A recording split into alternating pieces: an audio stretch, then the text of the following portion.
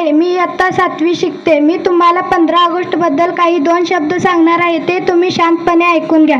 15 August हा भारताचा राष्ट्रीय सण आहे. दरवर्षी 15 ऑगस्टला आपण भारताचा स्वातंत्र्य दिन मोठ्या उत्साहाने साजरा करतो. हा दिवस भारतीयांसाठी आनंदाचा, अभिमानाचा व सन्मानाचा आहे. 15 ऑगस्ट 1947 रोजी आपला भारत देश इंग्रजांच्या गुलामगिरीतून मुक्त झाला. आपल्या भारताला स्वातंत्र्य सहजासहजी मिळाले नाही. स्वातंत्र्य प्राप्तीसाठी अनेक स्वातंत्र्य सैनिकांनी आपल्या प्राणाची आहुती दिली. महात्मा गांधी, लोकमान्य टिळक, सुभाषचंद्र बोस, मंगल पांडे, भगतसिंग, सुखदेव, राजगुरू, लाला लाजपत राय अशा अनेक स्वातंत्र्यवीरांनी देशाच्या स्वातंत्र्यासाठी प्राणपणास लावले. आज आपण मुक्तपणे श्वास घेतोय त्याचे सर्व श्रेय या देशपुत्रांचे आहे.